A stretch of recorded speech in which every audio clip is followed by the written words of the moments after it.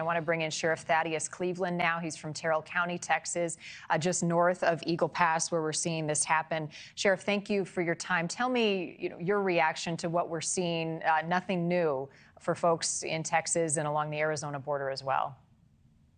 Hey, good morning. You're exactly right. And I just got to commend Allie's reporting. Very well articulated. And she knows it well. She spent a lot of time down here on the border, and we appreciate her covering that. But no, it's just another day. And we're almost 3 years into this administration, three years into this crisis at the border. And President Biden, Secretary Mayorkas, they're going to tell you it's changing patterns in immigration cycles. That's not true. That's not what's happening. They're going to tell you that we're doing all we can. But I'll tell you, once this administration took over, not only did they remove key policies that President Trump had put in place, but they also reduced the number of bed spaces that are available in the United States, where we could be actually keeping these people longer until they had their immigration cases or their asylum cases. But because of those reduction in bed spaces, we're continuing to see people pour over the border because they know they're going to be released in the United States and able to go wherever they want. And tell me how it's impacting Terrell County, the community that you live in, the people that you serve, when you're inundated with this many migrants who are looking for a place to go, a place to sleep, food and shelter. Yes, ma'am. And I'll tell you, thank God that we're not a community like Eagle Pass where we're seeing that large number of people crossing.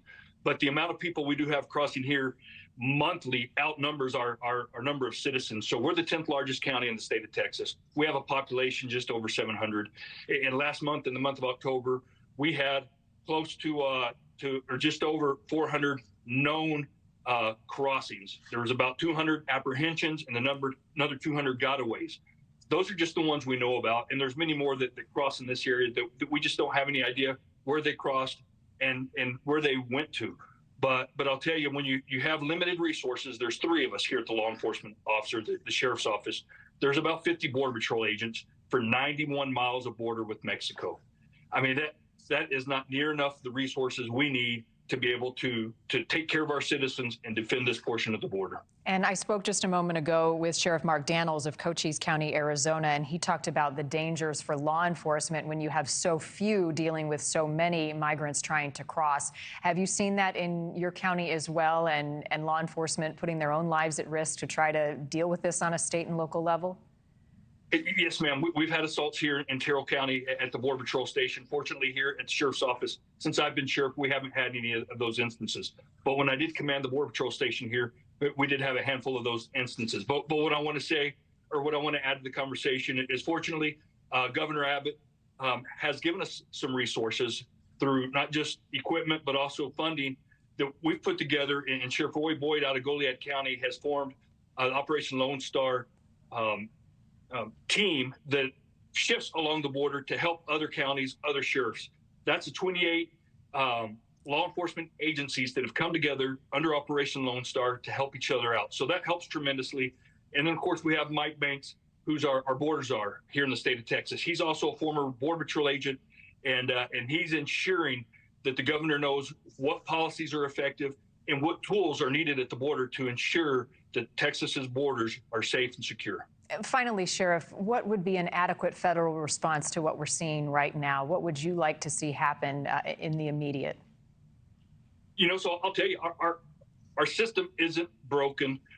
It's clogged, and it's clogged because of that reason I mentioned earlier. There's not enough bed spaces. So when people are apprehended, they're released into the United States. They're given a piece of paper.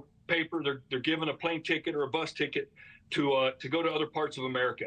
They're only staying along the border for a short period of time, and then they're going to you. They're going to the rest of America. All we need to do is open up more bed spaces, which can be done. Our own governor's done it in the state of Texas. Fortunately, due to that, smugglers I catch in my county, I don't have to house them here. I can send them to the state of Texas where they're housed.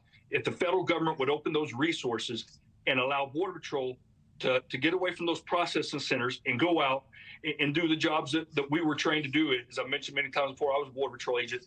These guys and gals know how to do their job. They do it effectively, and they just need the ability and the support to go out and do it. Thank you for your time, Sheriff Thaddeus Cleveland from Terrell County, Texas. I appreciate you being with us.